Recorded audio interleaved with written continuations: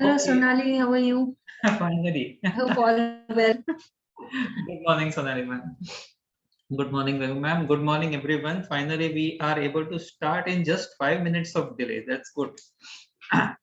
Okay, so welcome to this workshop.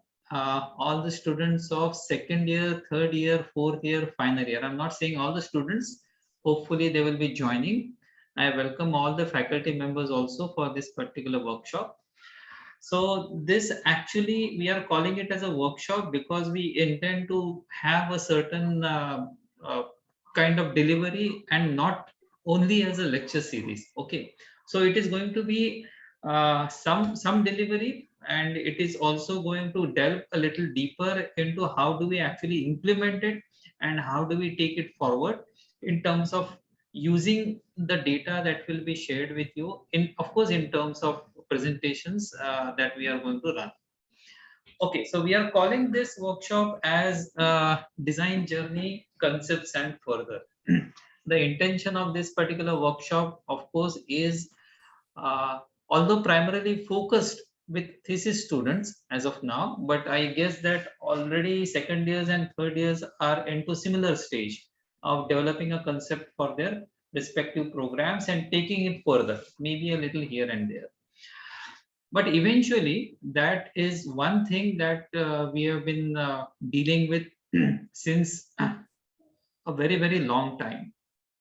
We have been talking about this particular issue of how does an architect develop the germ of a concept, how what is the seed which blossoms into finally a pure design and a project design. So this is the topic that we were discussing and kind of wanting to have a dialogue with all of you. We have been having these dialogues off and on with separate classes, with separate groups. We have been having these dialogues in terms of what masters did, of what students should speak about, of how to represent this particular concept, or how to talk about this particular aspect. But then this particular workshop is now intended to understand this in an umbrella concept, to understand this such that all the students right from their second year to final year are put on one plane, and we are going to delve into this particular aspect of design, which is a very fundamental basic thing to start any particular creative project. Okay. So before I go on and introduce Sonali ma'am to the group, I would request Gauri ma'am to formally invite, and I don't know. This is not such a formal thing to do because we are all people in the college only. But since this is a recorded meeting, I thought that let us have a formal invite and let Gauri ma'am start the workshop. Yes, ma'am, please. Yes. Thank you, Dinesh. Good morning, everyone, and good morning, Sonali. It's so good to see you, though on this online platform. I would really like you to be here on campus physically soon for one more session like this. And I know Sonali since a long time, and we've been associated since Sinhagat days, when she used to come as a visiting faculty. And I was just telling my third year faculty members, that both of you and Paugi sir used to conduct the third year studio so well, and with taking into consideration the intangible aspect of architecture, which I don't think I've ever seen uh, any faculty conducting it in that particular manner. So I really admire both of you a lot, and thank you so much for accepting our invitation on a short notice and being here to guide my students. So let us begin, and I'm really looking forward for you to be on campus with us sometime soon. Thank you once again. And without wasting any more time, I think we should begin. Uh, I uh, I can see that she is not able to unmute herself, or I don't know, she's on mute. Just a minute. Because she has joined on mobile also, I will have to make her a host for her mobile join also. Okay. अरे आणतोस ना? Yeah, Sonali ma'am. Now, Okay. now I think you can do that. Yeah, yes. Yeah. So thank you, ma'am, for such a warm welcome. Thank you, Dinesh sir, for arranging this workshop. It's always a pleasure interacting with students. I learn a lot when I interact with students. So I always look forward to these kind of talks and workshops and presentations. Unfortunately, we have a power failure today. I don't know what's wrong, but since 8 I'm here and we've had a power failure, and we're just trying to salvage data from everywhere by using extensions from neighbors and everything. So please bear with me if the presentation appears out of sequence or something like that.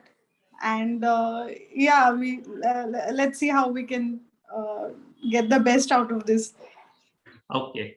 No problem, Sonali ma'am. There is a large issues in Pune since morning, so we understand this. Okay.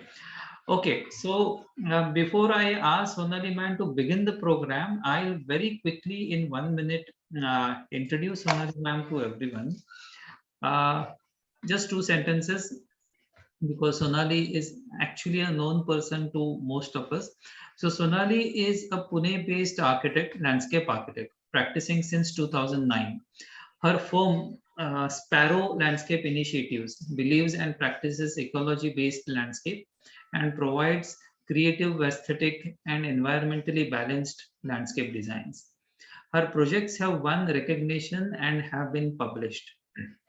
Sonali ma'am has completed her B.Arch from Pune University in 2004 and Masters in Landscape Architecture from CEPT Ahmedabad in 2007 with a gold medal.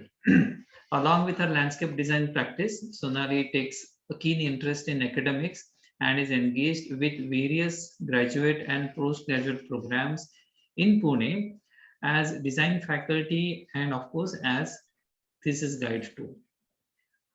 Okay, the presentation, the introduction can go on for a little longer because I have also been knowing Sonali since a very long time, because we have taught together at Ayojan School of Architecture as well. But I think we will be more eager to see the presentation now and take this particular thing forward.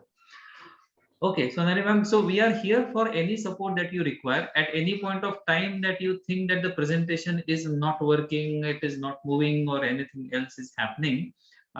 Just let me know. We have a solution of you transferring the data to my mobile or whatever, and we can share the screen over here also. Okay, so we'll figure out. Let us move on and see if there is an issue or what. Okay, whenever you want to share the screen, just let me know whether you are able to share it or not. Okay, so the dice to you, ma'am. You can start now, please. Thank you so much.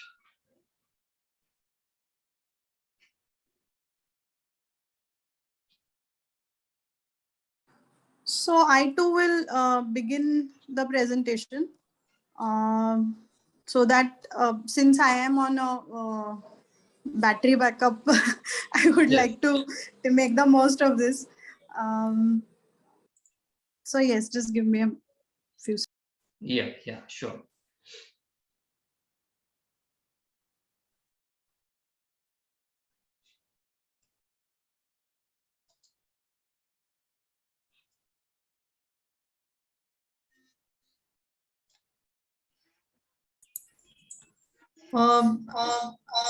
Okay, sorry.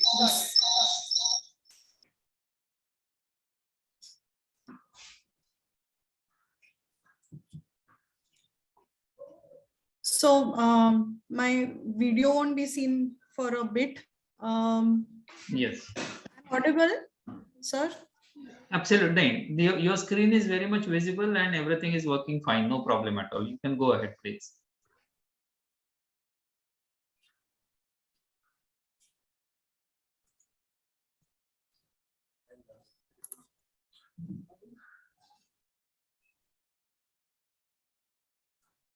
Sir, am I audible?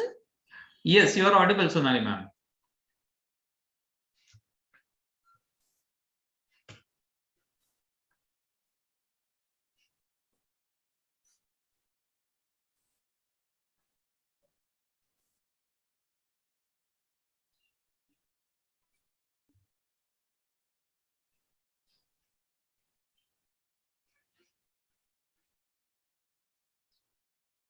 Recording in progress.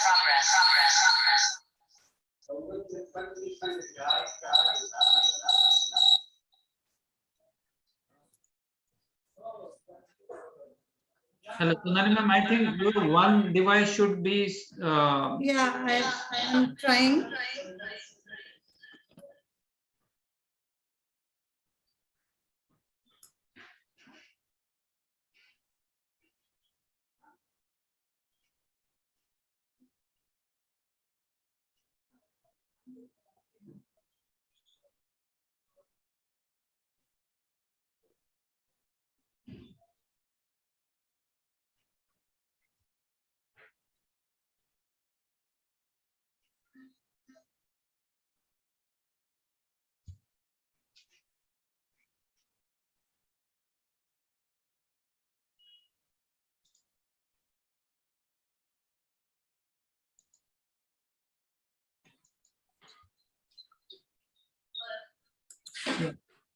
Sonali ma'am, you are a co-host, so you can mute and unmute yourself.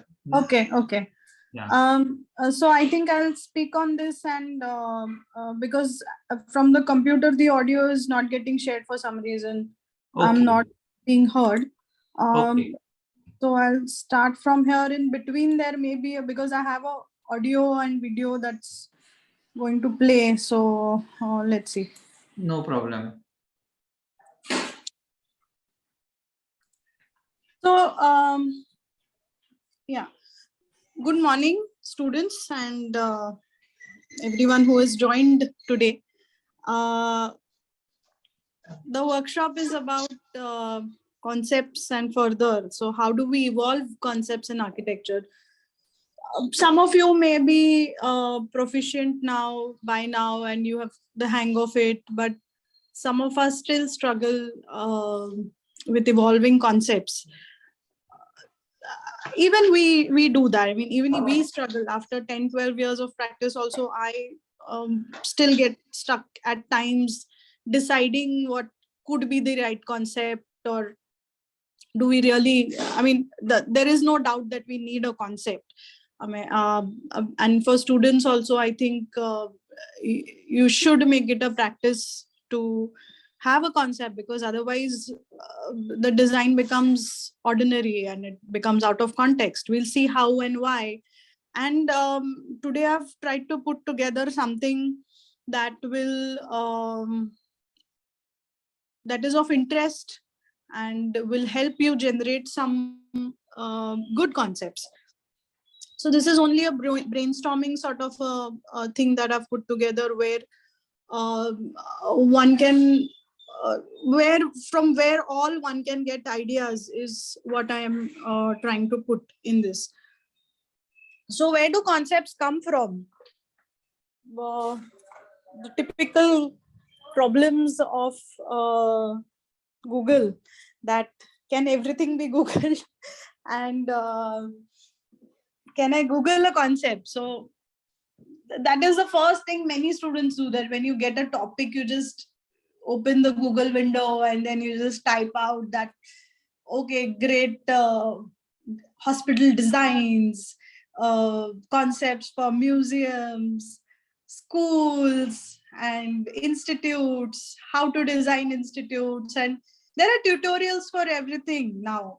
But that is not the design that one really aspires for, because unless it comes from you, it is not real. So how do other people, I mean, other than architects, how do other artists look at concept? Where do their concepts come from? How do they sort of manage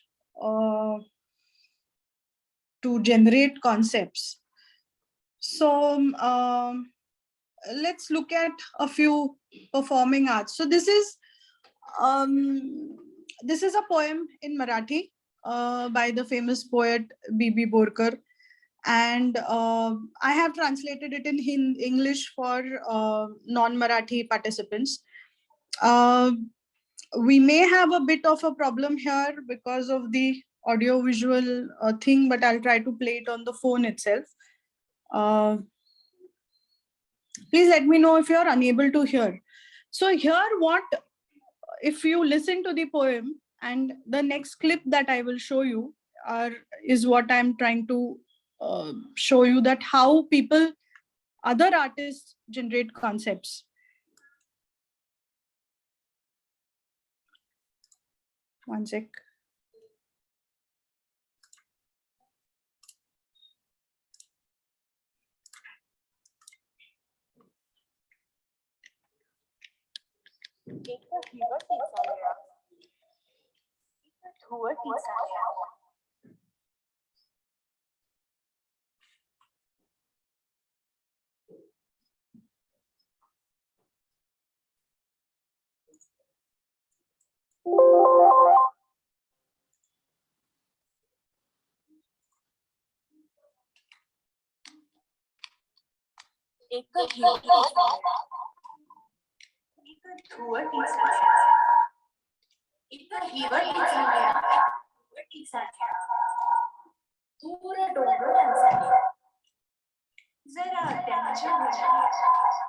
There's an issue of echo, ma'am.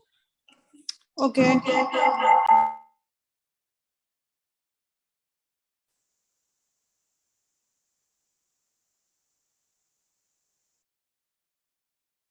If it is not possible, we are okay if you can read it also.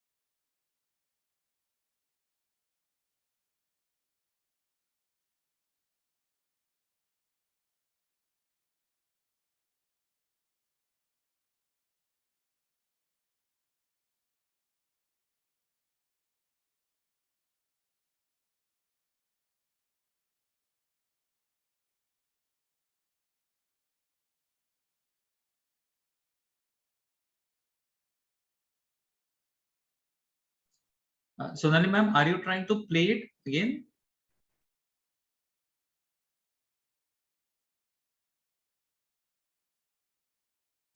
I'm unable to unmute. Okay. I'll just leave this. Can we try again here? Are you able to hear me? We are able to hear you, ma'am, clearly.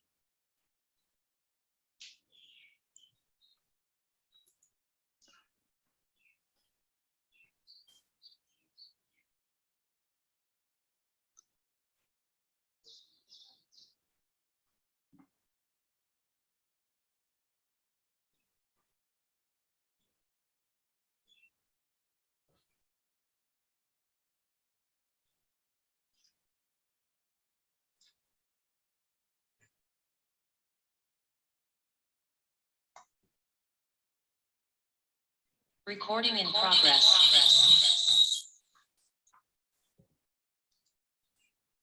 Are you able to hear me now? Yes, we are able to hear you, but still there is an issue of echo. So I'm able.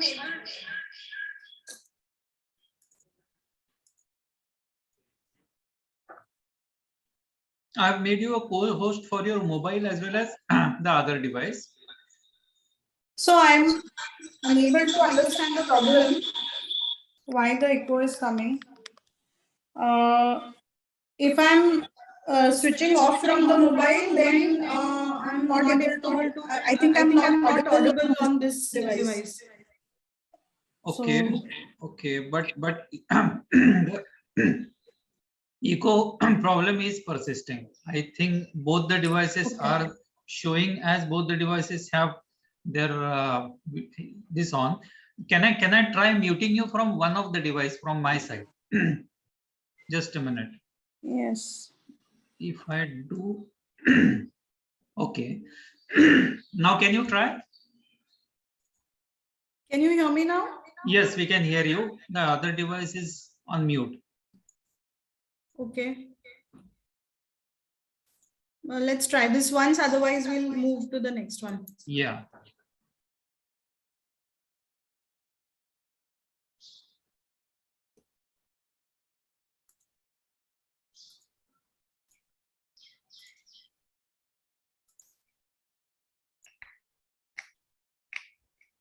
एक हिवटीचा निळा. Yes, this is good. एक धुवटीचा निळा. एक हिवटीचा निळा, एक धुवटीचा निळा. दूर डोंगरांचा एक जरा त्यांच्याहून निळा. मोर पिसाच्या डोळ्याचा एक मखमली निळा. मोर पिसाच्या डोळ्याचा एक मखमली निळा. इंद्र निळा त्याला एक गोड राजबिंद निळा. आकाशाच्या घुमटाचा एक गोल सरनिळा. विसावल्या सागराचा एक ओलसर निळा. असे नाना गुणी निळे किती सांगू त्यांचे लळे. ज्यांच्यामुळे नित्य नवे गडे तुझे माझे डोळे. जेथे उगवे मावळे त्यांचा लावण्य सोहळा. जेथे उगवे मावळे त्यांचा लावण्य सोहळा. असा कालिंदीच्या काठी एक एक इंदीवर निळा. हो आपणही निळा करू त्याची अंगसंग. हो आपणही निळा करू त्याशी अंगसंग. निळ्या झाल्या त्यांच्या संगे. निळ्या झाल्या त्यांच्या संगे. रंग खेळतो श्रीरंग. रंग खेळतो श्रीरंग. रंग खेळतो श्रीरंग.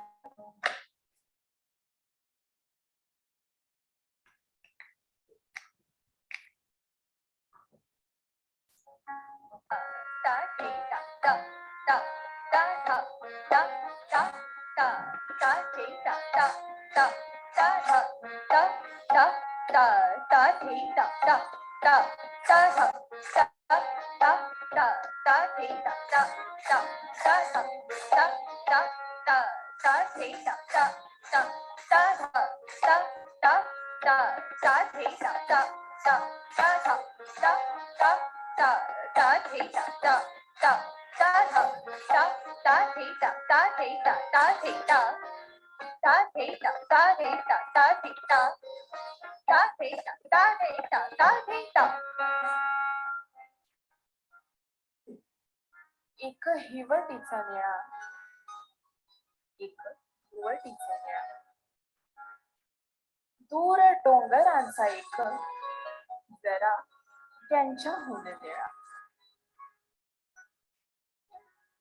ता ता ता थे ता ता ता ता धा ता ता ता ता थे ता ता ता ता धा ता ता ता ता थे ता ता ता ता धा ता ता ता ता थे ता ता ता ता धा ता ता ता ता थे ता ता ता ता धा ता ता ता ता थे ता ता ता ता धा ता ता ता ता थे ता ता ता ता धा ता धा न थे कित धत न कर कर कत ता थे कत आ थे te, tat a te, tat ta te, tat a te, tat ta te, tat a te, tat ta te, tat a te, te, te, te, te, te, te, ta te, te, ta te, te, ta, te, te, te, te, te, ta te, te, ta te, te, ta, te, te, te, te, te, ta te, te, ta te, te, ta ta. मोर पिसाच्या डोळ्याचा एक मखम आली निळा. मोर पिसाच्या डोळ्याचा एक मखम आली निळा. इंद्र निळा तला एक, इंद्र निळा तला एक गोड राजविंड निळा. ता ता ता थे ता ता ता.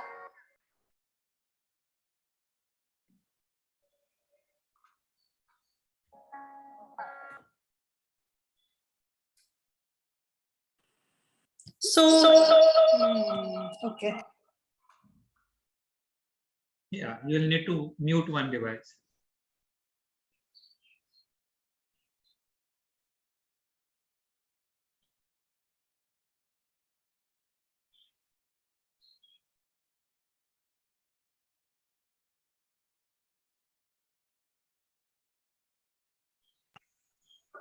Okay. So what I wanted to show in this was, uh, if you find inspiration in one art form, how can one really interpret it in another art form? Several architects have also done this.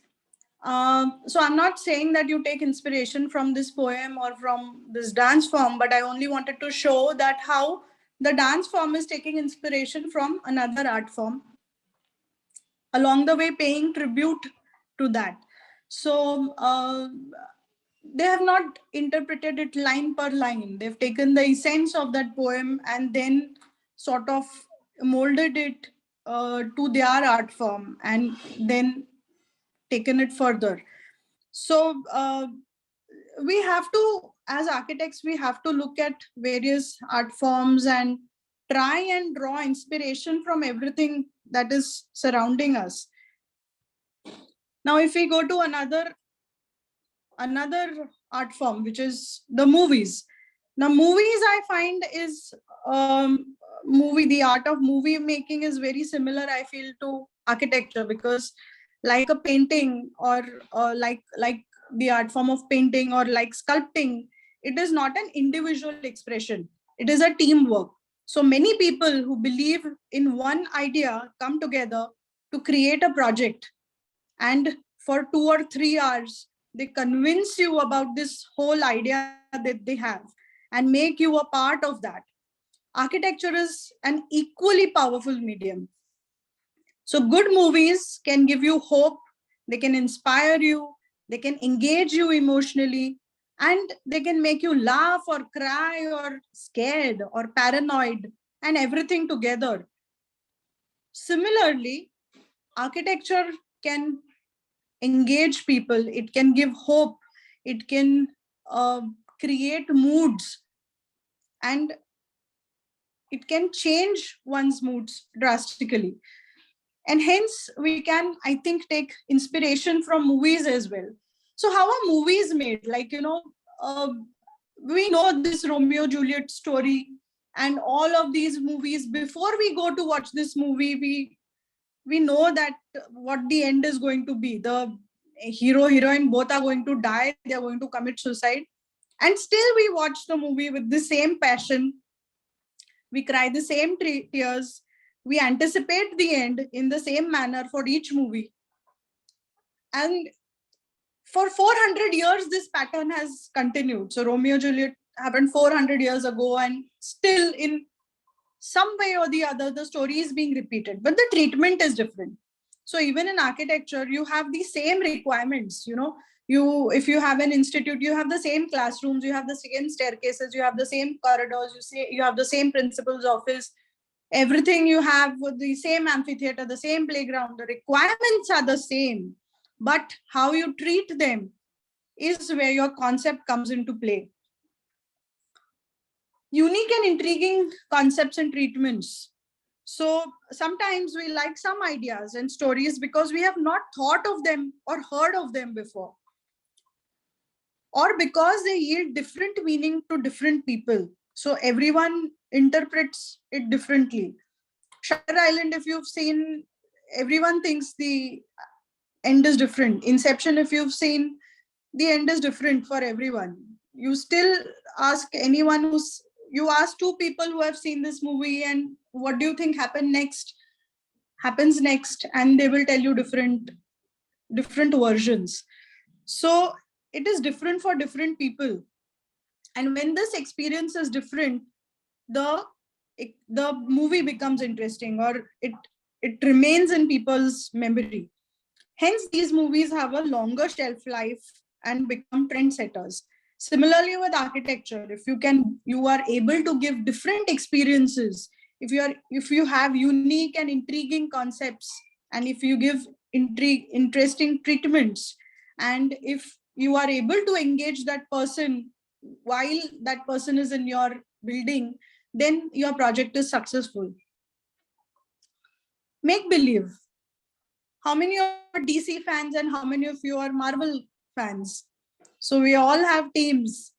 DC and Marvel, they are always at war at each other. Manga people are a different league. Our Indian version, Bahubali, or Harry Potter, an altogether new version. So it's not that any of you have escaped off from these ideas or from these characters, but they are all make believe. They are not even real, and yet people are fighting over them. So what makes them so interesting? It is the art of storytelling. It is making audience believe in something that does not exist.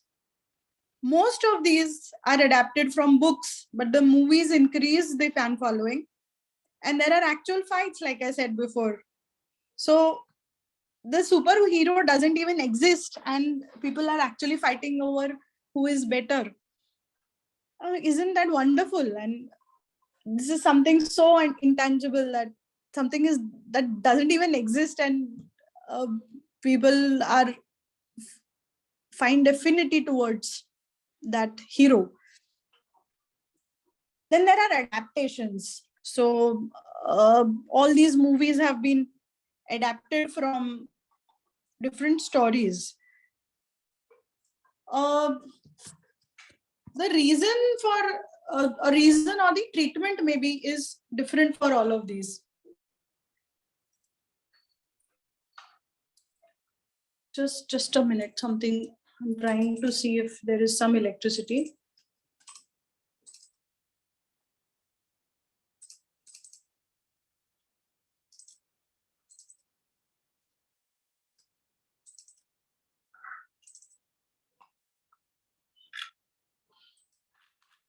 Not yet. Okay. So again, taken from classics, these adaptations, there are many examples in this category, mostly gangster movies. All gangster movies, you'll see that they are based on the novel Godfather, or all family dramas. If you just look at the broad gist, they are all based on Mahabharata. So plot is the same, but the characters and treatment is very different, and it is very local. So if I was to make Othello in uh, today's day and age, the movie will not run. No one will watch that movie other than classic the people who really understand that language, because that English is different, that setting is different. You cannot relate to those characters. But in today's context, maybe Omkara or maybe Haidar, maybe Makbul, these are more real because these characters are very close to us. They can be anyone amongst us, and hence these movies become important. So the more local you make your design, the more palatable it is to a larger public or to the larger setting. Then there are interesting and unpredictable ideas where the ideas are different, possible even. Maybe the story is very much possible. And the story unfolds in an interesting manner and is unpredictable. So the viewer is engaged till the last minute. Nothing much happens in this, I mean, in these movies, nothing very significant happens, like maybe someone is saving the world. Nothing like that happens. It's a very day-to-day sort of movie that would happen in anyone's house or with anyone around you. But yet they are interesting because they're so unpredictable. The characters are very interesting. Then there are the experimental movies where everything about this is experimental. The treatment, the actors, the story. And because of this, the X factor, the surprise element is great. Then there is the style. So like Tarantino's movies, looking at the treatment of the movie, one can say that this is his movie because of a particular style in which it is done. Similarly, if you look at a few architects and their works, to not to compare Tarantino with Baker, but use of bricks. So when you see so brick jali, you automatically, without you even have to open a book, your brain automatically suggests that it is a Baker building. Similarly, with Tarantino movies, if you just look at the treatment for 5 minutes, you understand that this is a Tarantino movie. Similarly, with a strong philosophy, architects come up with their own style. You can come up with your own style. The world is divided about this being right or wrong. So I am a very small fraction of this, and I will not comment on whether this is right or wrong. I'm stating that this is the way it is. I mean, but if your concept and the context allows, then style should not really matter. So having a style and building in that style over and over again, like deconstruction. So all buildings are in deconstruction. So that becomes a style. I'm not saying whether that is right or wrong, but if your concept and context, again, I'll repeat, if your concept and context allows, then style doesn't matter. Then there is the budget. So like, it doesn't mean that if you have a very big budget, the film will become a hit. Or even in architecture, young architects in the initial years, most of us get very low budget projects. But design doesn't require a budget. Design does not require you to spend a lot of money. Your design is coming from your brain. It requires a developed brain. It requires you to have practiced enough design to come up with a good design solution. So an idea does not cost money. It should not cost money. An idea should not cost money. So design should not be expensive. The viewer does not decide whether a movie is good or bad based on the money spent in the making. The user wants to get entertained for 2-3 hours. And if a movie can do that, then that movie is successful. So if your building can engage and enrich the user's experience, then I think it will be successful. Now, many architects have also borrowed or been inspired by other artists. So Zaha Hadid was greatly inspired by Kazimir Walewicz's painting, and she tried to take inspiration from his paintings as well as his style of painting. So she painted also similarly, and she built buildings also. She designed buildings also similar, in a similar style. So there are several examples of her buildings where she has been inspired by this artist. Or Walter Gropius was inspired by this painting by Caspar Friedrich, and he made a monument like that, inspired from that painting. Or one can get inspiration from another artist, like another architect. So Mies van der Rohe, Fransworth inspired Phillips Johnson's glass house. Both are called both are glass houses. So one's model inspired the other to build similarly.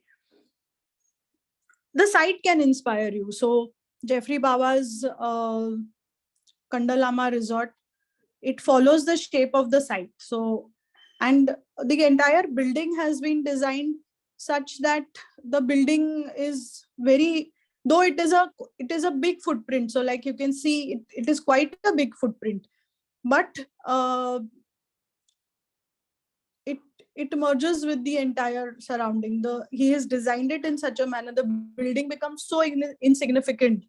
Uh, he has respected the site so much. He's found so much inspiration in the site that he wanted people to enjoy the setting, and the building only becomes a container to shade from the natural elements.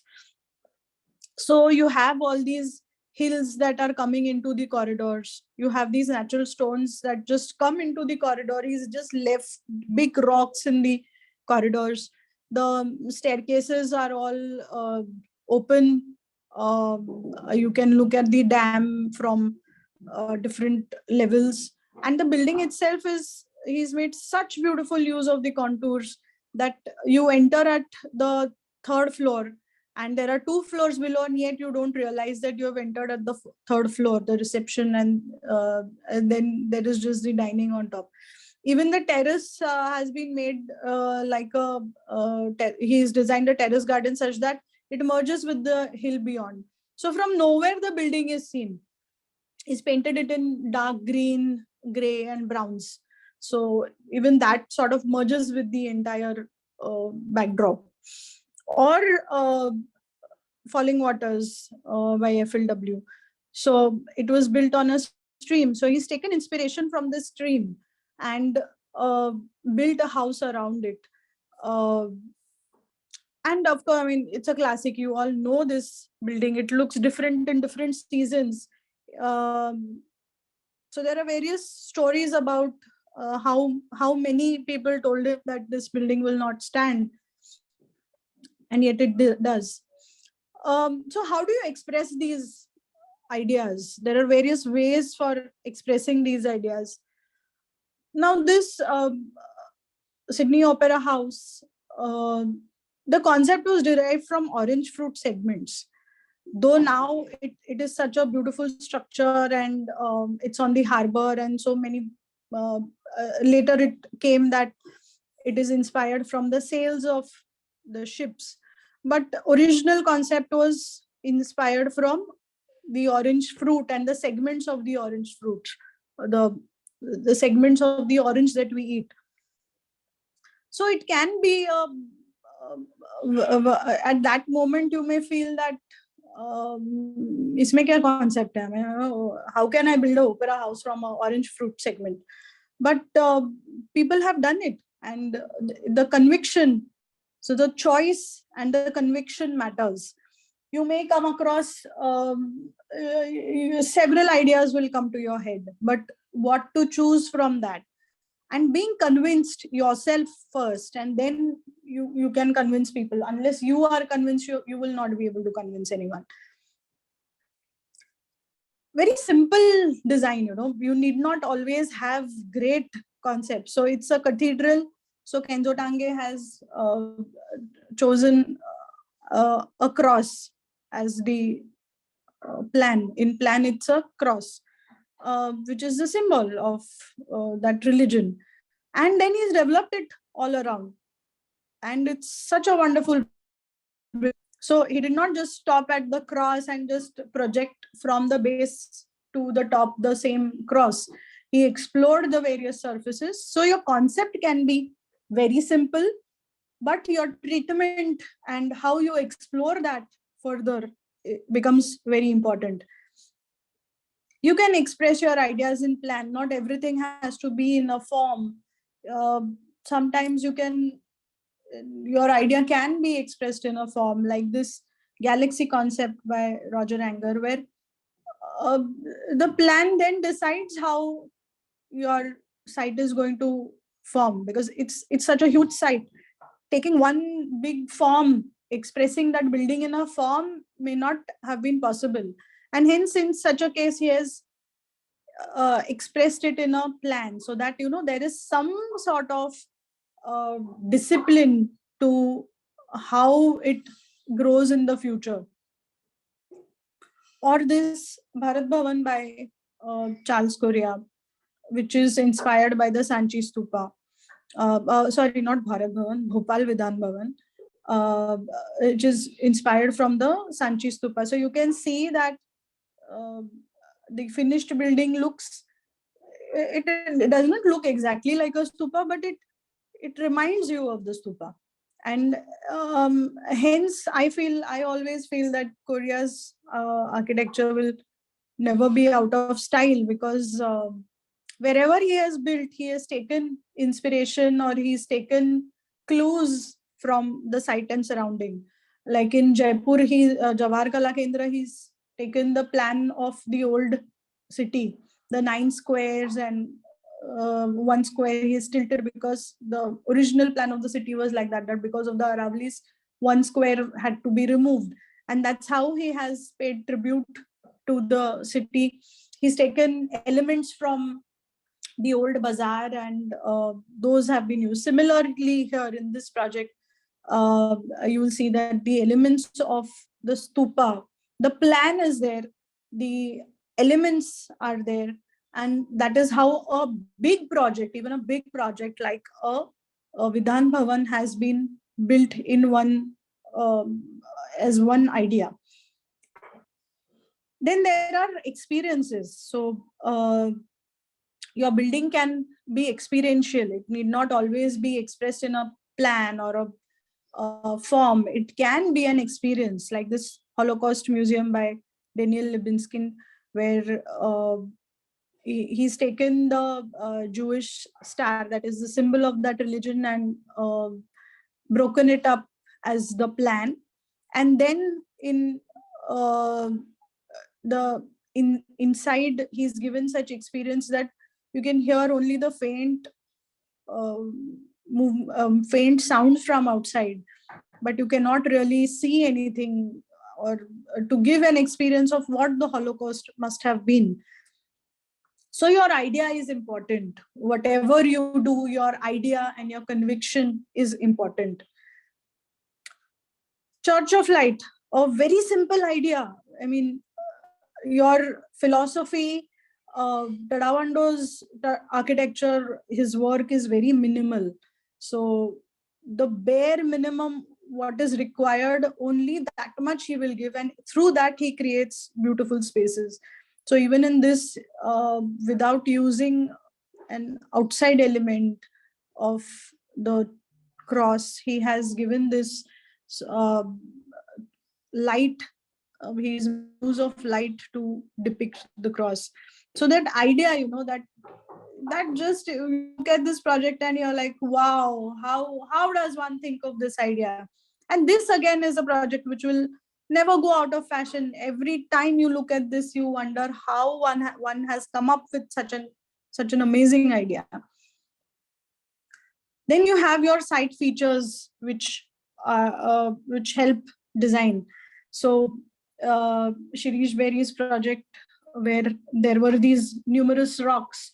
Now, when you have a expand program, when the program itself is quite vast, and it's a sort of project, but yet you want to respect the site. I mean, when you have such lovely features on the site and you want to respect them, and that is how Shirish Berry has come up with this project, where the rocks are in the center, they get reflected in all the windows, and they form the foreground of that building, and contrasting to that, the glass of the building. So after that, after the idea, how the treatment is given is, there are various ways to do that, but the idea that you want to preserve these site features is very important. Once philosophy can become the concept, like in Baker's work, his philosophy or his belief, I will say, of wanting to really provide from his innermost core. He wanted to provide housing to the poorest of poor in a budget, in a very uh, tight budget. Unfortunately, he had passed away when I tried to go and meet him. But I met his son and I had a very good talk with him for 2 hours. I think we were in CDS library, and at the top floor, we were standing in the staircase and talking. There was so much that I wanted to ask him, and there was so much that he wanted to tell. And just listening to him, it gave me a great sense of what Baker must have been. Reading his books, of course, one understands how much he wanted to improve the situation of the poor people in our country. And through that, he came up with his own style of building in exposed brick, because that does not require plastering, requires money. So he came up with these ideas of jali walls, which became the secondary walls. They also added to the aesthetics of the building. They helped in the humid climate of Kerala. And Baker's son told me that he was harassed by his contemporary architects because he was trying to do these kind of things. And people would laugh at him at that time, that what sort of building are you building? But now his work is legendary. So you may be thinking much ahead of your time. We don't know. At that time, it may seem foolish or it may seem stupid to other people, but you should be convinced. Again, I'm saying that if you are convinced to your core that what you're doing is right, then I think it makes a big difference to what you build. Hasan Fati, again, very old, 1948. He sort of built in mud. Now it is trending, now everyone wants to build in mud and exposed bricks. And he built a low-cost structure. He built low-cost structures in mud, suitable to that climate. Unfortunately, most of his work has been wiped out. Not much remains. Then our society is we are a continuously evolving race. Our since the oldest of civilizations, we have been evolving, and every civilization gives something. And architecture is art and science together. So architecture is that way complicated field, because we have to be artists and we have to be technically correct. We cannot show our art in how a beam is cast. That is standard. You can't go and say that no, I'll use a different sort of shuttering in an artistic manner there. No, some things are technical, so we don't use our art there, but you have to use your art on your drawing board, where you can decide that, okay, if when the ceiling is, or when the slab is being cast, I want some certain patterns in the ceiling that are going with my concept. Yeah, that is possible. So that is going to enhance your users experience. But so our society and civilization is constantly evolving, and we take clues from everything that is happening around us. To give you a brief example, these are all the art movements that I am sure you have studied by now. And how have these evolved? That also you may have studied. So I'm just taking this a little ahead. That when the romantic movement was going on, when the romanticism, what the movement that we call was going on, so everyone was thinking about feelings and how the feelings should be expressed, as opposed to the classical movement that was before. That was the Renaissance that was happening. So in Renaissance, everything was very grand and it was back to the classics.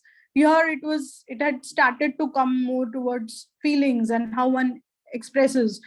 So Jane Austen, Jane Eyre, Beethoven, all of these are classic examples of this period. The paintings were like that, Goya, the sculptures were like that. And then the architecture was also like that. So you see that the architecture of the pioneering work, I mean, let's say the landmarks of this period were still very romantic in that sense. Then came the realistic movement, where the focus was on the common man, and what no one before would make paintings of a slave, or maybe people breaking rocks. But during this period, the common people became important. And even the books that the literature that came out during this time, War and Peace or Tale of Two Cities, Pushkin's poems, they were all about people. And this was when Tolstoy had written to Mahatma Gandhi that only through the principle of love could the Indian people free themselves from colonial British rule. So I'm trying to create a background for you of what was happening in the world when the Eiffel Tower was built. So, or the Crystal Palace was built. So the architects take inspiration from everything that is happening around. The Eiffel Tower was built in this period, and that was because that was the period when the belief was that the buildings, not that there should be no features about a building that are not absolutely necessary for convenience, construction, or proprietary. So only what was bare minimum for convenience. No features. You will not see any embellishments. You will not see any covering. The steel is shown as the steel is. And that was when people were taking inspiration from these things. Or Cubism, after in the later period, where the Cubist movement came. Corbusier took inspiration from Guernica. It is said that Picasso's Guernica inspired him during this movement, and for Ronchamp, he's taken inspiration from this painting. Or the Stige movement, where the famous Piet Mondrian and his grid. Now, all this happened during the World War. Netherlands was the only country which did not participate in the World War, and that's why art flourished in Netherlands at that time. Nowhere else in the world there was any art that was going on during the World War. Then came modernism, which followed function, which followed minimalism, and again it also rejected ornamentation. So you see how we are progressing from the initial buildings of say the Big Ben or the Royal Pavilion, House of Parliament, to Ronchamp, to modernism, Villa Savoy, or to minimalism, which was post 1945, Louis Barragan or Ando. Then came postmodernism. So I'm trying to show you how we borrow from society. Then Jacques Derrida and deconstructivism. There are overlaps, of course, between all of these styles, because the people live on. Their philosophy lives on for a little while. So you'll see a mix of, or you'll see an overlap of various styles. And now there is biomorphism. So now with climate change, with environmental awareness, you will see many architects are either going back to nature by mimicking through biomorphism, or by using nature-friendly materials, biodegradable materials, recycled materials. So we react to how society around us is progressing, and we react, we take inspiration from everything that is going on, from all the current affairs that are going on around us, because knowingly, unknowingly, that is, I'll say it is molding us. It is making its influence, it's making its present felt, and it is influencing our lives. Now, a little bit about site and site context, location and context. I know that you have visited your sites and you have data. Now, how to interpret this data? Let's assume that now you have a concept in place, and after I having spoken for so long, I am hoping you now have a concept in place, and now you have to start designing. So how do you really understand all of that data that is there on your site? Typically, this is the image that students show us, that my site is located here where the red mark is. But what do you understand from that site? So you have to make these kind of design decisions. So this is a clue that I am, or I'll say this is a methodology that you can adopt. It will make your life much easier. So you can, what do you interpret from this? So you can see that the site is located between Pune and Mumbai. It is on the other side of the Western Ghats. So it is closer to the sea, on that sea side of the Western Ghats. So that means that the site is in the Konkan region. It means that broadly the climate is warm and humid. The rainfall is going to be very heavy and high. Site is in a natural resource rich region, as it is closer to the Western Ghats. So there is going to be a lot of flora and fauna that is going to be around, which you need to take care of. Site is at least 100 kilometers away from any big urban area. So material and labor management has to be looked at. So if you give a very modern glass and steel structure here, you're going to have trouble with the workmanship, or the budget then is going to shoot up very high, because then you'll have to get a skilled contractor and skilled labor from either Mumbai or Pune, and then it becomes a problem. Instead, if you have some local resources, then life becomes much easier. Now, when you have this sort of an understanding, what are your design decisions? You automatically know that it is because it's a warm and humid climate, you need overhangs, you need verandas, and maybe you need sloping roofs because of the high and heavy rainfall. So overhangs can be sloping roof, or overhangs can be the traditional ways how our villages have sloping roof, or the modern way in which you have a flat roof and you give large overhangs. If you don't give large overhangs, the third picture is what happens, that your buildings start to decay after 10-15 years, and they become an eyesore. So why climatology is taught in second year and why we follow it through our architecture career, this is the reason, because we don't want our buildings to decay.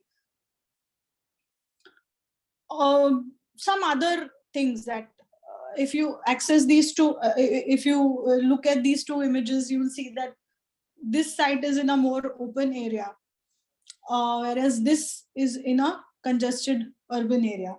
So how do you interpret these two sites? What would be the design decisions? So understanding is that the surroundings are not congested. The site is surrounded by natural elements. Design decisions can be that build can be spread out depending on the site features and further analysis. You could have a low-rise development to merge with the site, and you can have several borrowed views because everything around is open. So it's a sloping site because it's close to the river. You know it's a sloping site, and of course you would have visited to know that it's a sloping site. And then you can't see anything around. So then you can frame your views and take borrowed views from your neighboring sites. Low-rise development merging with the site is possible, as opposed to this where you're surrounded by a high-rise development. And because of that, you'll have to analyze the neighboring buildings to understand the aesthetics and functions. If all of these buildings are as bad looking as the initial image that I showed you of a decaying building, you may not want to place your openings or views on that side. So you'll have to necessarily go for a high-rise development if depending on your design program and the rules. If the surrounding building aesthetics are unfavorable, inward looking development may be preferred. Or you may want to stagger openings to frame good views. Maybe you can make use of the sky in this sort of a scenario where the neighboring aspects are not so beautiful. So then what remains is the sky. Korea would do that. If you have seen all of his projects, he makes you look at the sky. He frames his openings, ends of corridors, or the corners of walls, such that one automatically starts looking at the sky. You'll have to manage good light and ventilation. In the earlier, this site, light ventilation is not a problem because it's all open. But here you'll have to give special attention to light and ventilation. Your building elevation may not be appreciated from inside, but planning needs to be excellent for users to appreciate the building because it's in such a congested state. And if it's a 5 or 6 story building, there is very minimal that you can do that your entire elevation is seen in one glance. So these are some unsaid things which you need to read between the lines when you're visiting site. Just don't give data, that my site is like this, surrounded by buildings. But what sort of buildings? Do you want views to that building? Those are things that I think now at thesis level you should try and incorporate and keep that practice in future as well. This is a typical sun path diagram that you all show us, that the sun moves from east to west via south. We all know that. I mean, come on, we are architects. We know how the sun moves. What we are interested in this, that how do the surrounding buildings cast shadow on your site, or how does your building placement cast shadow on the site, and then can you make use of that shadow for zoning, for circulation, for preferential planning, and likewise, and then you can prioritize the placement of your buildings. We can borrow from the larger context. So if I'm saying my site is in Konkan, can I borrow from the local culture, the psychological, cultural, behavioral, and sociological aspects of the surrounding and neighborhood, activities and patterns, density, population, ethnic patterns, employment, income, values, and so on. So through surveys, you can find out all of this, and you can take certain clues from these cultural aspects. So these villages and these cultures have been around for hundreds of years. I mean, I personally believe that we can take inspiration, and our building will become equally beautiful as much as or equally breathtaking or show-stopping as, say, the Guggenheim Museum and the crazy angles that Rem Koolhaas or Libeskind does. Simple buildings also look equally beautiful because they are rooted in that culture and that land. Then climate. Okay, these are the diagrams that you all show us. So what does this diagram tell me? It tells me the climate of Pune, Aurangabad, and Mumbai. If you look at the mean sea level, Pune is 562 about MSL, 580 is Aurangabad, and 12 meters above MSL is Mumbai. If you look at the temperatures, so Pune is 25 degrees average temperature.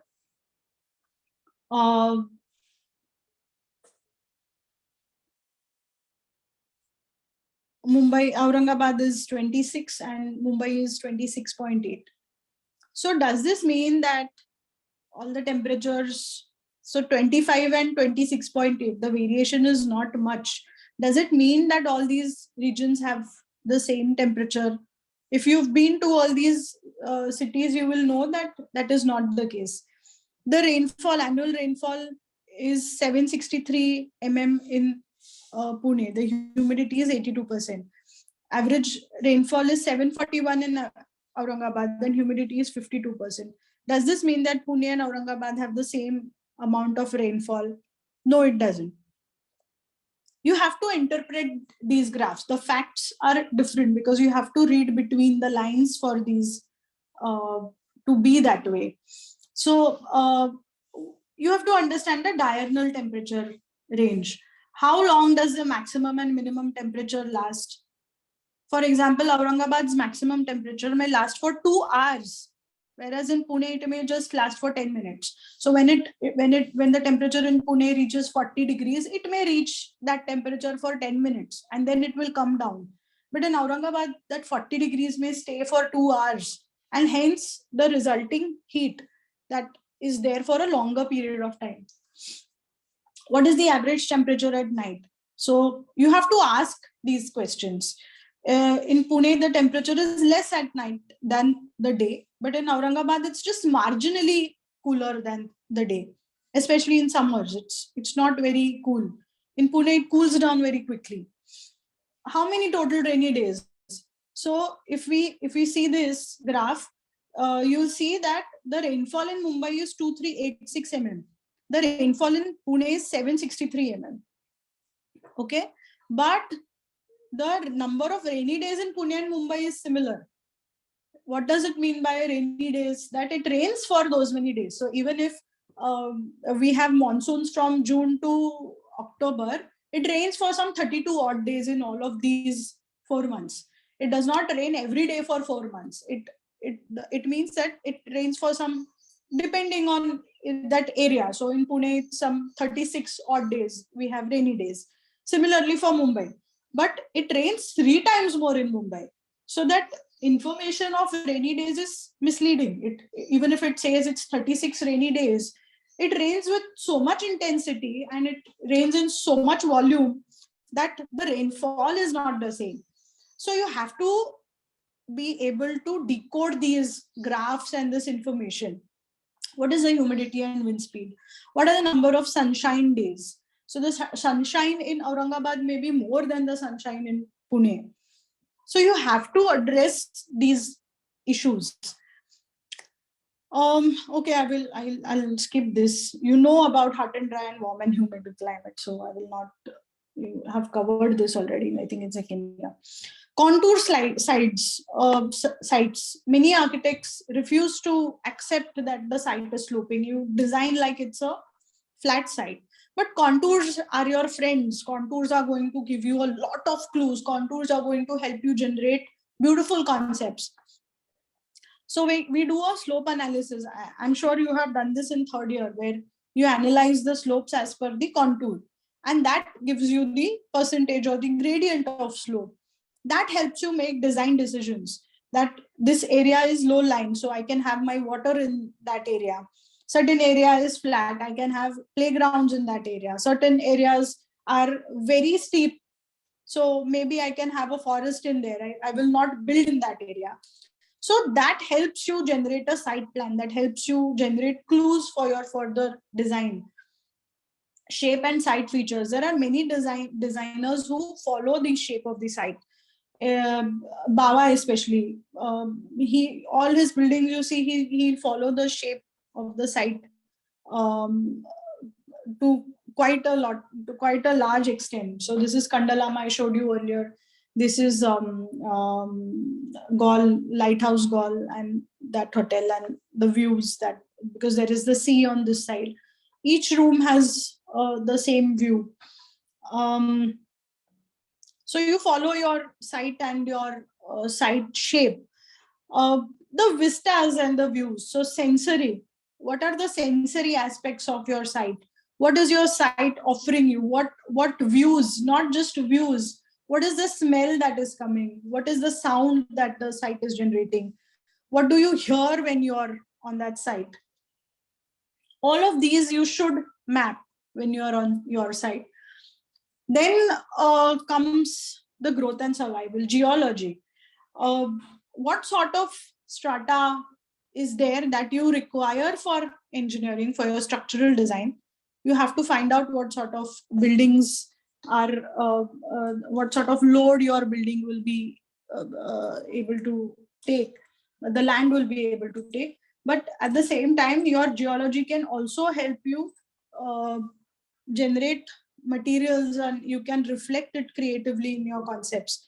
So this is an embassy in Ethiopia, and this is a project in Pune.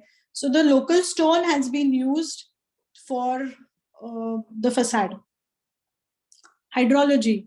How does water flow through your site? These are Glenn Murcutt's projects, where he always raises his buildings so that the water flows from beneath. So even here you see it's a slightly sloping site. He has raised his buildings. He's letting the water flow away, and we're not disturbing the greater hydrology of the site. What is the flora and fauna of your site? See, you have to understand that before we are building on any site, someone else is already living there, and this someone else are these organisms. They may be birds, butterflies, insects, mammals. There may be these kind of flora and fauna, and we have to respect that. I mean, it's high time that humans start respecting the existing, especially architects. I mean, humans is still, I mean, it's still a broad term, but we directly come in touch with these elements on a daily basis, and we have to sort of take some efforts to preserve these beautiful creations of nature. Then there are the seasons. You have so many different, naturally the site offers so many different views and different. This is a very extreme example where there is snow and very dry, but this you can explore with the seasons, like Church on Watuba Ando, where he has explored the beautiful. You can see the stark difference in the two seasons. So yeah, the features of the site. Now, how do you apply all of this in practice? I got just a small example to very quickly we'll run through this, so that I'll show you how you can apply all these design decisions, so that you don't feel that she's only preaching and not showing how to do it. So this is our one of our very old projects in Pachgani, where this is the table land. This is the background of the table land. This is a very small site, 5,000 square feet, and we had to build a weekend house there. So this is our site, and this is our neighbor's land. And this neighbor, he had a odd hobby of, he had a lot of pigeons. So because he would feed pigeons, all the pigeons of that area were staying in this structure here. He had built a pigeon house for all those pigeons. So we do a Excel sheet of this, that what is the location and context, what are the fixed and flexible layers, what are the visual and spatial layers, and what are the design decisions. So location and context. So I'll very quickly run through this. I will not take a lot of your time. 5,000 square feet of leveled flat land. We got the land that way. I mean, our clients purchased it like that. It was leveled. Though it is part of a slope, it was leveled. And it's in the village. It's on the main village road. Flexible layers were uncooperative neighbor on one side with a pigeon house, and a farmland at an upper level on the other side. Neighbor was in the mood of selling most of his land, so we were not sure what would come next to our house. So visually, the flat table land in the background looks very beautiful, and it looks different in all seasons. Spatial, due to tall trees on two sides and the table land at the back, the site feels naturally barricaded. So we had a naturally barricaded site on all sides. The design decision was to continue the profile of the hill in the roof slope. So the natural slope of the land, we decided to continue that in the roof. And because the neighbor's house and his pigeon house was in a very bad state and that view was not palatable, we decided to make an inward looking plan, as the site does not offer anything at ground level. So all the view of the tableland and everything is from an upper level. But when you're at the ground, there is nothing that one can look around because it was naturally barricaded. There was a road in front, the neighbor's house, which was terrible on the other side. The third side was at a higher level. So we could see only the ground there because our land was leveled. We could only see the slope on the other side. So there was not much to look around. So we decided to make an inward looking plan. And we decided to make an open plan to let the seasons in, to let the users experience the season. And to maintain a raw, rugged look of the hill and the village. That was what we decided. Temperature was very cold and rainfall is very high. But since it's a weekend house and because of the weather, we decided to open up the roof a bit. Because it's not the main living house. So even if it is raining, the owners would come to experience the rain. So we decided to open up the roof a little bit. Slopes and contours, the site was leveled. So we decided to continue again the roof profile. Shape, square shape plot. So building follows the plot shape. Growth and survival. So geology was red soil of the tableland. So we decided to use bricks and Mangalore tiles again so that we would merge. So Pajgani, if you can recall, if you've been to Pajgani, it has all red soil. So we decided to continue the same theme so that the building would merge with the surrounding. Eventually, we did construct in bricks, but the client's wife felt that she wanted a color to the house. So we gave a muddy color later on. But it is in exposed bricks and there are Mangalore tiles on top. Then there was water. So it is one, I'm being very honest here, it was one of our very initial projects and we did not insist on rainwater harvesting, thinking that it's such a high rainfall area, there would be a lot of water. But eventually we realized that there is a lot of water scarcity there. Unfortunately, we did not plan for it at that time. And hence I'm sharing this very honestly here so that you don't make the same mistakes. After that, whichever project we got, we do rainwater harvesting. We don't let even one drop of water out from our site. Then the ecology, we have existing trees on two sides. So we decided to retain all the trees as it is and help them grow.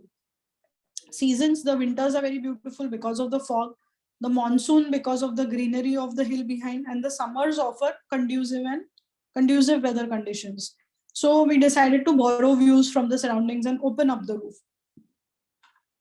Aesthetic value site did not offer much, but the surroundings are very unique. So we decided to retain the natural look to merge with the surroundings. So see, why I'm showing you this is that if you do a study like this, most of your design decisions are done at the very beginning when you're evolving a concept. And that will also help you evolve a concept. When you have these decisions in place, you do not come out with something, some very atrangi concept that will not work here. So if you have all of the facts in place, it helps you further in your design.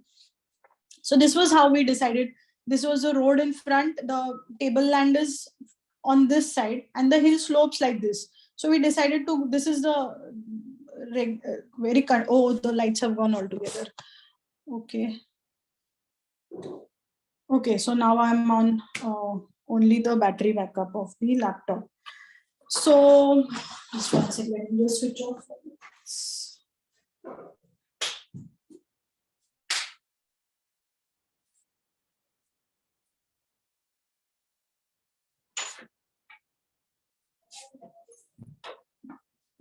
Okay, so so because we had an inward looking house, we decided to put the swimming pool inside because there's nothing that And then when it's a weekend house, taking care of an inside pool is also much easier than something that's outside. This was the initial model, and this was how the house was built, very close to what we had imagined as the model. This is the plan, just sharing some more pictures of the model. That's a swimming pool in between and the slope of the roofs. Very simple structure, like you'll see. Now, in a very close by to this, we had done another project which was in load-bearing construction. But because there is a lot of leveling that has happened, we had some trouble with that load-bearing structure. And hence, here we decided to go with a beam and column structure, though it was just G+1 structure, but we did not want to risk the terrain, because they do a lot of cutting to sell lands. They blast up the hills quite often, so we did not want to risk that. A very small pool inside the house, and you'll see that the house is very raw because we were on a tight budget. We wanted to retain everything. Initially, it was very the bricks were as they are in the original color.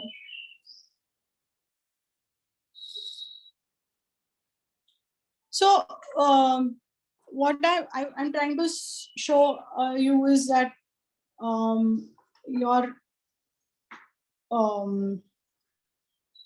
if you do the analysis of your site and you have a rough idea of a concept, it becomes very easy and it becomes fun to design. It's once you start practicing, you'll realize that the best part of our profession is designing. It is not when it goes to site. Once the construction starts, it's very technical. There is not much that is in your hands, because it's all teamwork. Architecture is not just your design. No, it's a lot of team. There are many other agencies that get involved. Few decisions you have to change.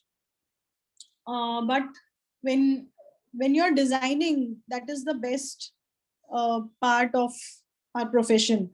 Now, some more examples I just put together to sort of give you an example of how people take inspiration. So this is an award-winning project where they have, this is an embassy, Netherlands embassy in Ethiopia, where they have taken inspiration from the local rock-hewn churches. So like we have Ajanta Ellora, they have rock-cut churches there which were very old, and they have this red stone, red colored stone. So the architects took inspiration from that, and that has become the outer facade. And on the roof, they have used, you can look up this project, it's covered very well on several online platforms. For the roof, they have used the Netherlands, it's under water, like the mean sea level is different, is more than the city level. So the way they have used flooding mechanism, that is what these guys have used on the roof. They've made beautiful use of the slope of the land. Yeah, so this is what I was saying. On the roof, they have made use of these traditional Netherlands water mechanism. And inside, it looks like that Ethiopian rock cut churches, and this way they've made an embassy which is in another country and tried to unite the two countries through design. This is a museum project in China by Kenzo Kuma Associates. So they've tried to make it look like it's on a hill, it's on a sloping site. So they tried to make it look like a traditional Chinese village. So the image that you see on your right is of a Chinese village, and the left is the museum that they have built. And here, sorry. So here they used the traditional tiles that are used in the villages, shingles, similar to shingles. And those they also used as shading devices to sort of make, create these beautiful patterns in the corridors. This is a museum again in Peru. So just look at the landscape, look at the structure. It just sits there. It is not. It's not standing out. It's not screaming for attention. It's just merging with the whole landscape. And it is a museum of the culture of those people. So again, they have used the traditional colors. The sand is just there. It flows inside the structure. And they've taken inspiration from the paintings, the traditional paintings, and tried to use those in the facade. So what are our tools too? So once you evolve a concept, once you have the site analysis in place, how do you uh, design? So we have certain tools, as architects, we have tools with us. Scale is one tool. So you have to learn to use these scales, use these tools in your design. So scale, if you use these scales and you design as per humans, or if it's a different sort of building, if you but I always personally believe that anything that is at scale with humans is a more beautiful structure. So this is a school in Cambodia where they have used a lot of recycled material. It was a low cost structure, and it's a lot of things put together. It's like a collage, but it's fun for the kids, and it's made from a lot of recycled material, so it works. So yeah, so it's just a part of that whole village, that whole scenario. It doesn't stand out. uh, this is another school by a very famous architect. It's in Rajasthan in India. But just look at the scale. I mean, as a student, what would you prefer? Would you prefer a school that is like this, where you can play while you are learning, or something like this which is more formal? So of course the objectives of both schools are different. This is a makeshift sort of school. This is for a more polished, or a more affluent class of children. And um that's how the building is also reflecting the user. Light is our friend. You have to make use of light. uh, Louis Kahn had said that the sun did not know how beautiful it was until it hit the side of a building. And I personally like that quote a lot. And because it it celebrates architecture, it celebrates natural elements. So make use of natural light, artificial light, is to create lovely spaces. Pay attention to it. Pay attention to how you can get light inside your building. So when your faculty asks you to design facades and fenestrations, it's not just for how your building will look. It is also for how the user will feel inside when using that space. How that light will travel, how you will get light inside, how beautifully you can make art from that light. Time, um, how well your building is going to weather, how well is it going to stand the test of time. um, think of this when you're designing, because we are not designing for today or tomorrow. We are designing for the next 50 100 years. When you build a building, it is going to be there, it is going to stay there for the at least 100 years, unless some calamity comes. So please think of all of that. It's a big responsibility when you're designing structures. Seasons are our friends. So how you can incorporate seasons in your design, how you can make the best of what seasons offer, is something that you can explore in your design. And then listen. So architecture is not individual profession. When you design, yes it is, but later on it becomes a teamwork. You cannot build a structure on your own. You require a team.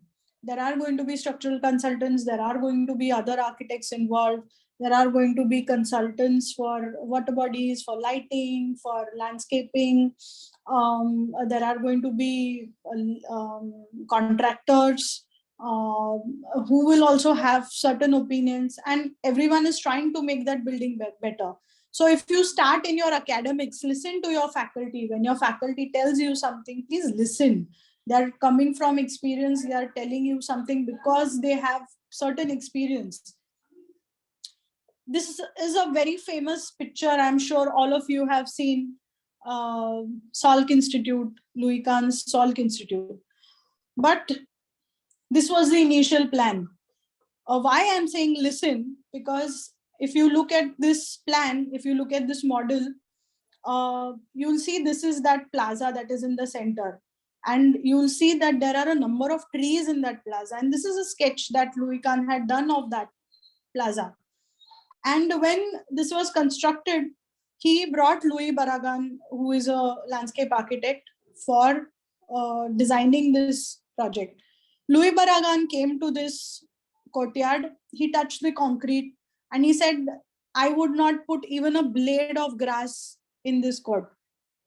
This concrete is so beautiful. Don't put anything here, you will gain a facade. And that facade is the sky.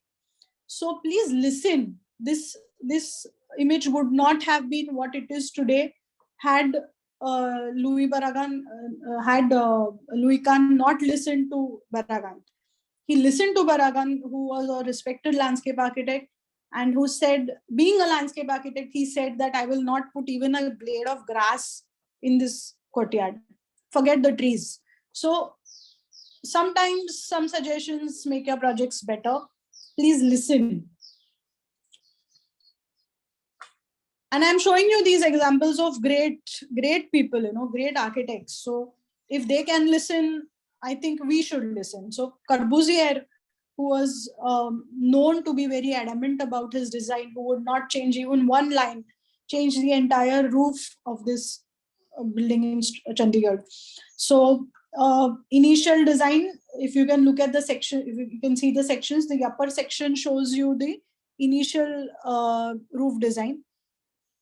But those shells, Corbusier had designed it as a series of cantilevered conoidal shells. But these shells were difficult for the then young team of engineers to design structurally, and they also had trouble making them work functionally. And Mahendra Raj, a much celebrated structural engineer, structural designer, who designed wonderful structures later on. He designed a lot of Korea's structures. So Mahendra Raj was in charge of this design, and Mahendra Raj and Gulzar Singh, both young at that time, they proposed a balanced cantilever roof supported on 2 columns in each bay, from which the shell would be hung. And initially Corbusier reacted very strongly to it, but later on he also accepted that this was a much better design, or this was what would work in those circumstances. And so even he listened. So if Corbusier and Louis Kahn can listen, I think we can listen. And then ideas, more ideas. So this beautiful Hussein Doshi Gufa in Ahmedabad, designed in collaboration by B.V. Doshi and M.F. Hussain, 2 greats came together to create this wonderful structure. Unless they had an idea, they had a germ of an idea, this would not have been possible. So we have to create ideas. No one comes and gives us ideas. Your when I'm saying listen, you also have to listen to your clients, okay? Because they may not know how to build a structure, but they know the land. It is their land. They have purchased that land. They know what the land is. They also know where they are coming from. So you have to consider their cultural background. You have to consider what they will be doing there, and hence listen. So, and hence also generate ideas, because unless you come up with new ideas, uh, we cannot keep building the same structures again and again. We don't want to have ordinary or meager or make do kind of architecture. If you want to make landmarks, you will have to work towards it. And these are few ways I think I showed in which you can work towards creating better architecture. So yes, I have completed now. Yeah. So any questions or comments? If I have made mistakes with names, please forgive me. I've come out of COVID, and memory loss is a very pronounced side effect this year. So please forgive me if I've made some names with mistakes. My intentions are in the right place. Please understand that.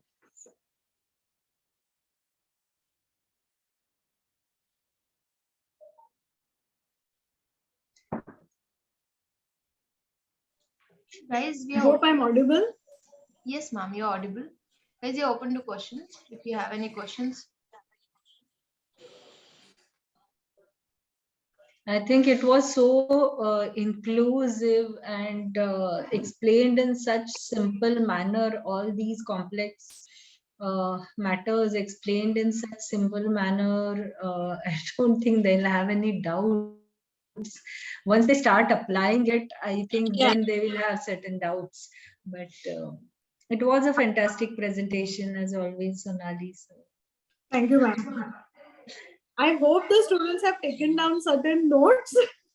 Otherwise, this will be of no use if you've not taken down at least the clue points. I think it will help you design better. Yes, definitely. It's like a showing them a path on which they can travel and explore, which I think. And you gave the right pointers, so they should, if they follow it, I think they'll be able to understand it in a better manner. They have to practice it actually. I had joined from a different device. Sorry, I could not unmute myself. But a fabulous presentation, Sonali ma'am. And the idea of starting off with parallel art feeds, it was mesmerizing. I am still bonkers over Borka's poem. The depth that he has achieved in that particular poem, and and what I feel is this also explains why architects should be readers, and they should attend the performances, and they should be interested in all art forms. This explains it really well. Today's presentation, rightly said by Dinesh, that the way you started the presentation, they should understand why you started it on that particular note. I hope they joined the dots, and yes. why it was shown. I think I hope they have been able to understand why it was shown in that manner. But it works, and I know that it has worked. I know it has worked, because they can now exactly relate that how a poem is transferred to a dance form, and then it is elevated in terms of light and tapestry and color, and everything else comes together. Correct. Okay, we so have this is a easy question. to understand. Yes. There's a question that has come which is directly marked to me. So no, I don't think you are able to see it. Okay, I'll read it out. It says, "Hello, ma'am. Good morning. Can we know about your philosophy and how it evolved over the years?"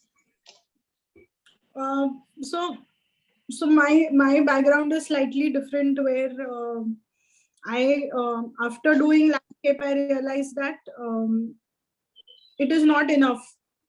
And after that, I moved towards ecology. I did the course from Ecological Society, and then I learned about birds, I learned about butterflies, I learned about various insects, I learned about snakes and frogs. I did all of these courses, and now I have evolved.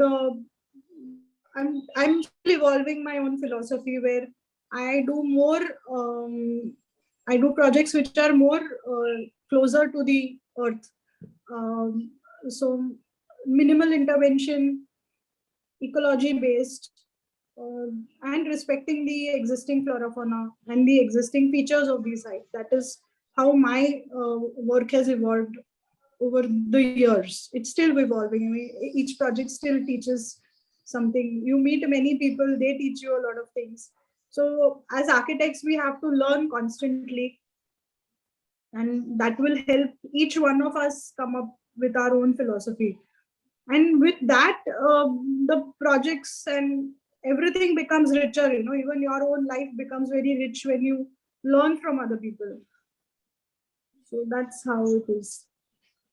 Okay, okay. Thank you.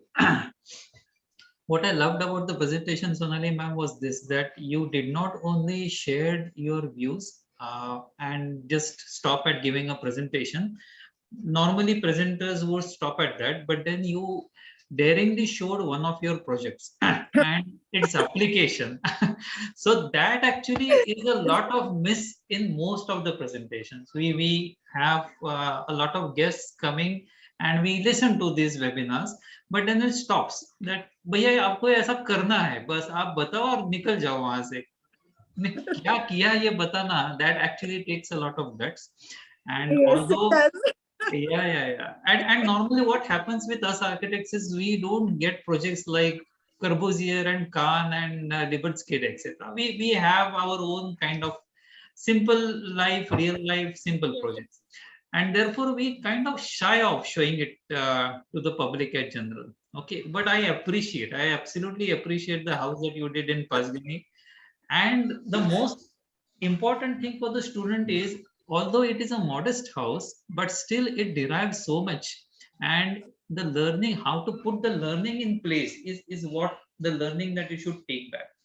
And therefore, I had stated at the start of the presentation that this is not a presentation but a workshop, because Sonali ma'am has very genuinely given you a tool of how to understand and derive a concept, and how your primary understanding of the site itself is going to resolve half of your journey of arriving at the concept.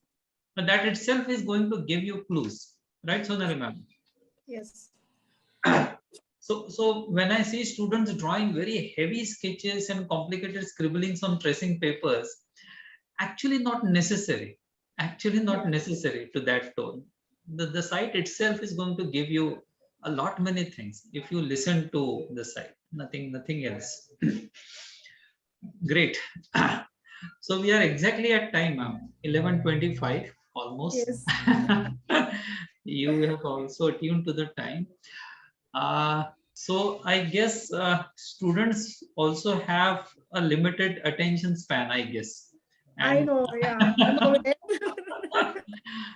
uh, we could go on talking like this, but then whatever that has been given to them, I think let them digest it first at Yes. a go. And Gaurima, with your permission, I think we should have a series of such talks. Yeah, actually, that's what I intended when I discussed the other day with you, that we should have a lot of deliberations and discussions so that they understand it in a better manner, probably. Yes. Let's hope. So but I feel that all of them should understand that they should adhere to the timings and they should be punctual. Otherwise, they miss out on certain certain good things, which a few of them have missed out on the first few slides today, which were really very Yes. important Yes. slides. Oh. So if they are punctual, they won't miss all these small little nitty-gritties of all these lectures and talks. So, yeah, we will certainly have a few more of these sessions. Sonali, I am sure that you would love to be part of it again. Great. Okay. Okay. So should we call it a day then? Anybody has anything else to say? Any students have any questions or anything that they did not understand? Any clarifications that you want? Yeah, just a minute. What I'll do is I've actually unmuted all. So if anybody wants to speak, they can speak. Sonali, I'll have to leave. I have a meeting to Sure, attend. ma'am. So thank you so Nice much seeing and you hoping to here. see you soon. Yes. Okay. Chalo, bye. I am leaving Yeah. the meeting. Dinesh, you can. Yeah. Sure. We are also Thank you so actually- much, Sonali, once again. Most welcome, ma'am. Yeah. My pleasure. Yeah. Bye. Bye. Bye. Yeah. Okay. I guess then we should call it a day, Sonali ma'am. It was a beautiful presentation and it has now kind of kicked off the other series that which we have in mind. I'll definitely get back to you on this and we can do something together about the next stage that we are going to. Sure, sir. Yeah. Thank you so much Okay. for joining. Thank you all Thank the you. students and faculty as well. Thank you, Sonali ma'am. Thank you. Thank you.